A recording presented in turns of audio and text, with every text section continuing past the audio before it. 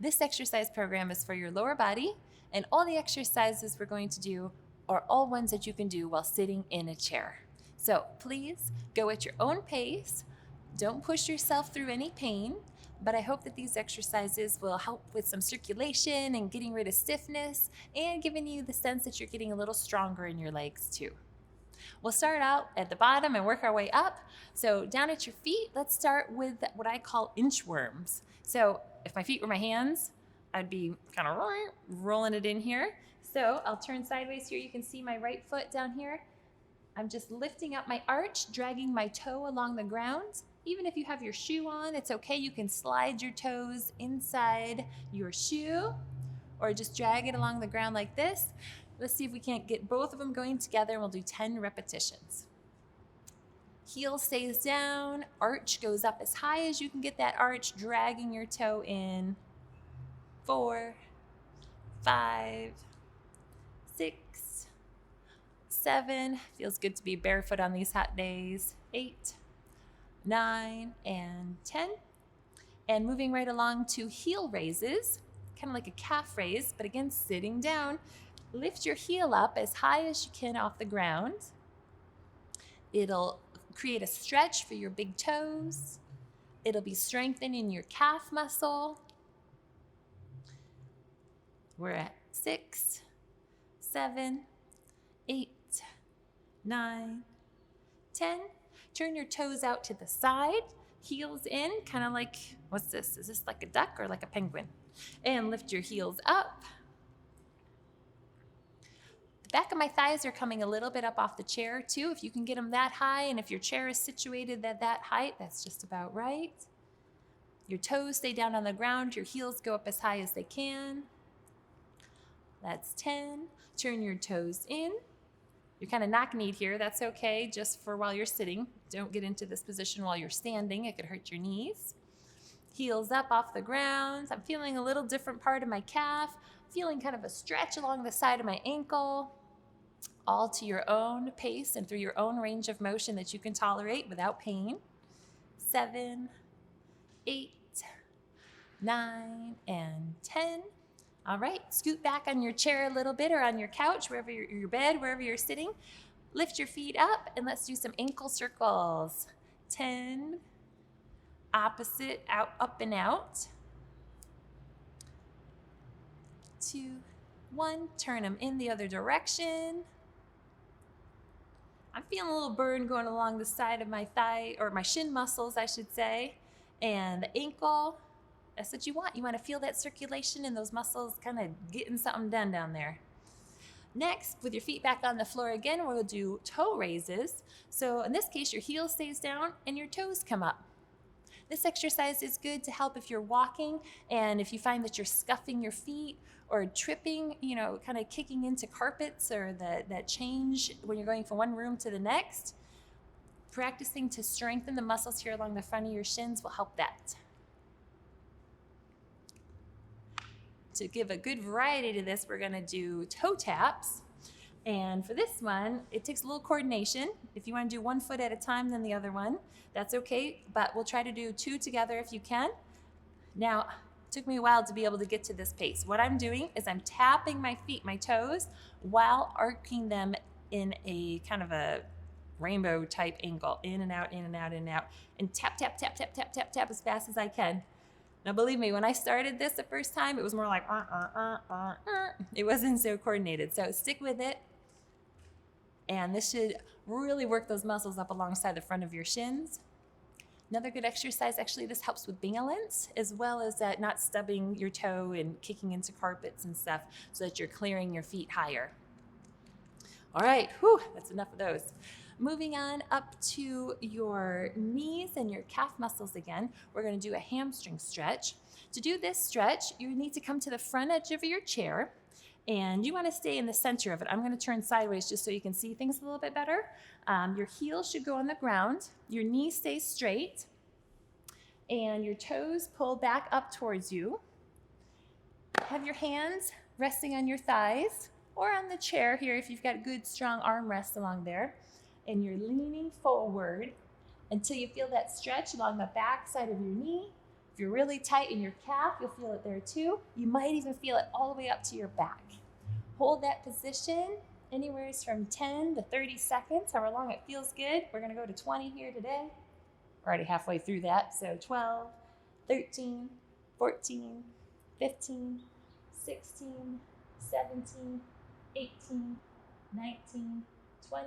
And if you notice too, I'm not trying to like get as far as I can down. I don't want to round my back out like this. I'm trying to keep my back straight and like tipping forward, bringing my belly button closer to my thighs, not bringing my shoulders towards my knees. Then we'll switch to the other leg. Same thing here, we can swing it around so you can see this leg. You guys stay centered when you do this on your chair so you're balanced and you're not risking rolling off the chair. You don't want the chair to slip out from underneath you. But for demonstration purposes, here's my leg straight, heel is on the ground, toes are pulling back towards me, knee is straight. I'm helping my knee to stay straight by putting my hands on my thigh a little bit, and then I bend forward at my waist till I feel that stretch pulling all the way up along the back of my leg. 20 seconds. 8, 9, 10, 11, 12, 13, 14. You might be able to go a little bit further, inch your way down, really feel that pull. This is gonna help keep your knee straight, so when you're walking, it kind of helps with any limps too, or any pain in the back of your knee and your calf. All right, we'll keep moving on up the body to stretch out the muscles along the sides of your thighs. For this exercise, you'll need to get your leg up in this position. Now, if you're getting nervous about this, not sure if your body can do it, first of all, give it a try. I've got a lot of people that look at me funny when I say do this, and then they find out they can do it. So if you can get your leg in this position, awesome. Sometimes what it will do is cause some pain along the inside joint of your knee. If that's the case, use your hands and help support your knee on the opposite side, lifting it slightly up. If you can picture your kneecap, that little bone there at the end of your knee, if you can kind of glide that up into position, that usually takes away the pain. Now, if this still isn't quite doable for you, no problem. Slide your leg up, your other leg, as far as it can go. And maybe you use a belt or your pant leg to tug it up, but get it to about this position, however high up you can get it. The goal here of this exercise is to stretch the outside of your thigh. So once you get up as high as you can and you're feeling that stretch, you're good. That's where you need to be. From that position, really make sure you're sitting up straight. Again, I like to use my hands on my thighs kind of for leverage, pushing my knee down, supporting it with my whole hand, cupping that kneecap if I am getting some pain, and feeling that stretch out on the outside part of my thigh, up into my hip even. So one position for this stretch is with your knee going down and trying to go down to the ground as far as you can. Another variation is to pull your knee up and across towards your opposite shoulder while slightly twisting your body there. I know we're getting complicated here with a lot of back movements and hip and knee all combined together. Keep it within your pain tolerance. We don't want to force anything, but we're looking to progress things. So there's your stretch. I'm feeling that along the side of my thigh out here, all the way up into my hip and a little into my back in this position too. These stretches for the big leg muscles, I like to hold for at least 20 seconds. Then we can come around to the other leg. And if you can, if this is as far as you go, bring it as far as you can, sitting up straight. If you can get that leg all the way up to the top, great, bring it on up. Support your knee, sit up straight, push that knee down to feel that stretch out in your hip and your butt. 20 seconds. We're halfway there. 11, 12, 13, 14, sitting up straight, 15, 16, 17, 18, 19, and 20. And then here's how it looks with your knee up higher. As you pull that knee, I usually use both hands, pull that knee up towards my shoulder, and go ahead and let your shoulder go towards your knee as well. So you're kind of getting a twist from both directions. Hold that stretch for 20 seconds. Feel it stretch along the side of your thigh. 6, 7, 8, 9, 10, keep going.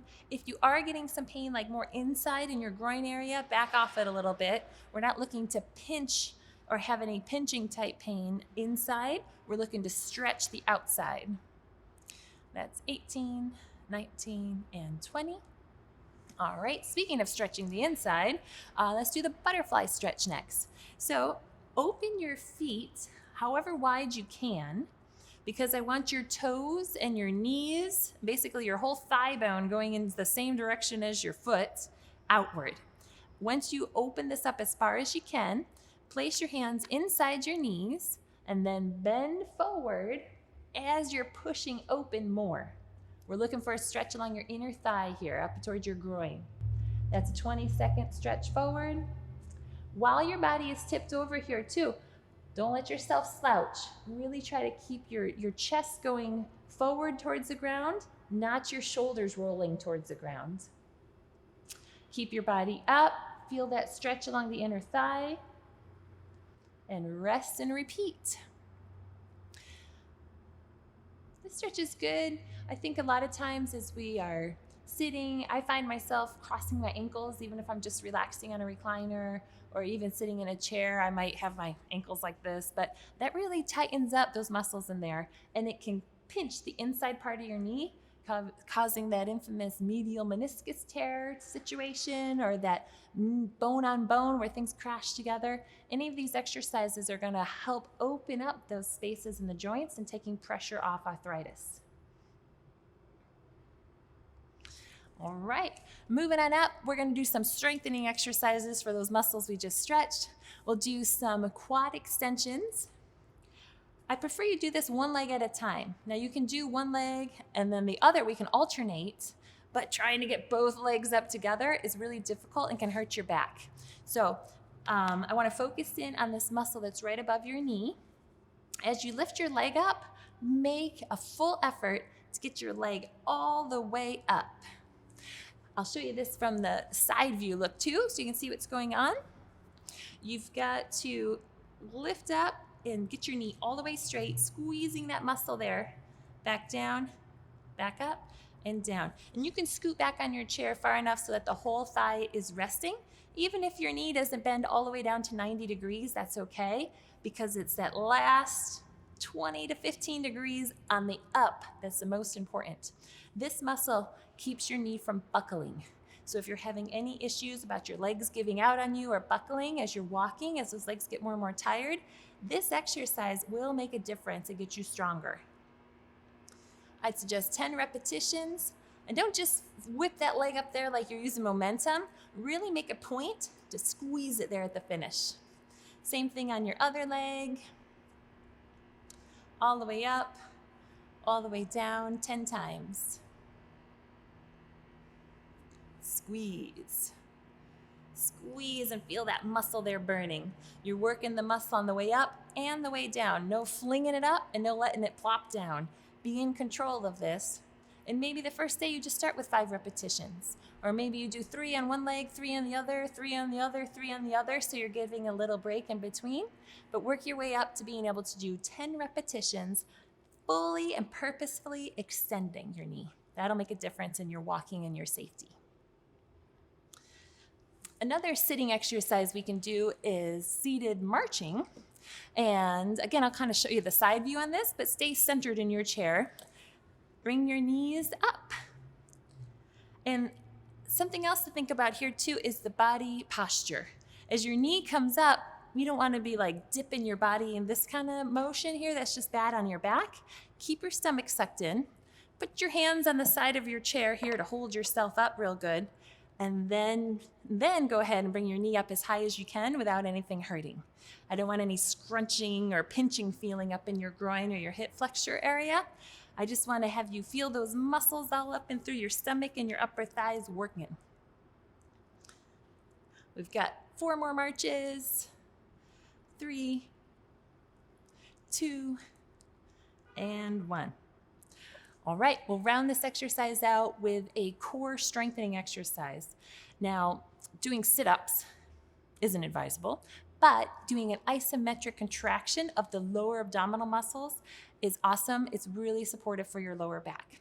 So hold those muscles in, count to 5, 4, 3, 2, 1, and rest.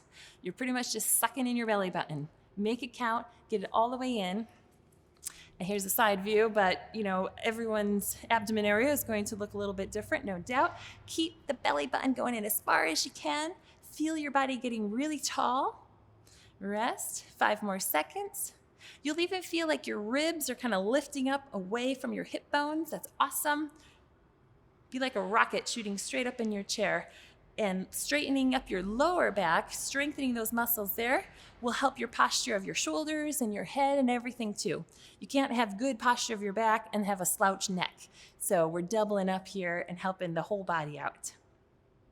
5 seconds and rest. These are the muscles that if you have to pick something off the floor, even rolling over in bed, getting up and down out of a chair, anytime that you're doing a big movement of your body, these muscles should be engaged and really focused, strong, to help your back pain as well. So I hope this program will give you a good sense of strength and flexibility and circulation through your lower body, and that it was challenging to the point where you could push yourself with more and more repetitions each day, but at the same time, not painful, not dangerous or strenuous to you in any way. So I hope you're feeling great. Everyone at Pools at Hope misses you, and we can't wait to see you soon.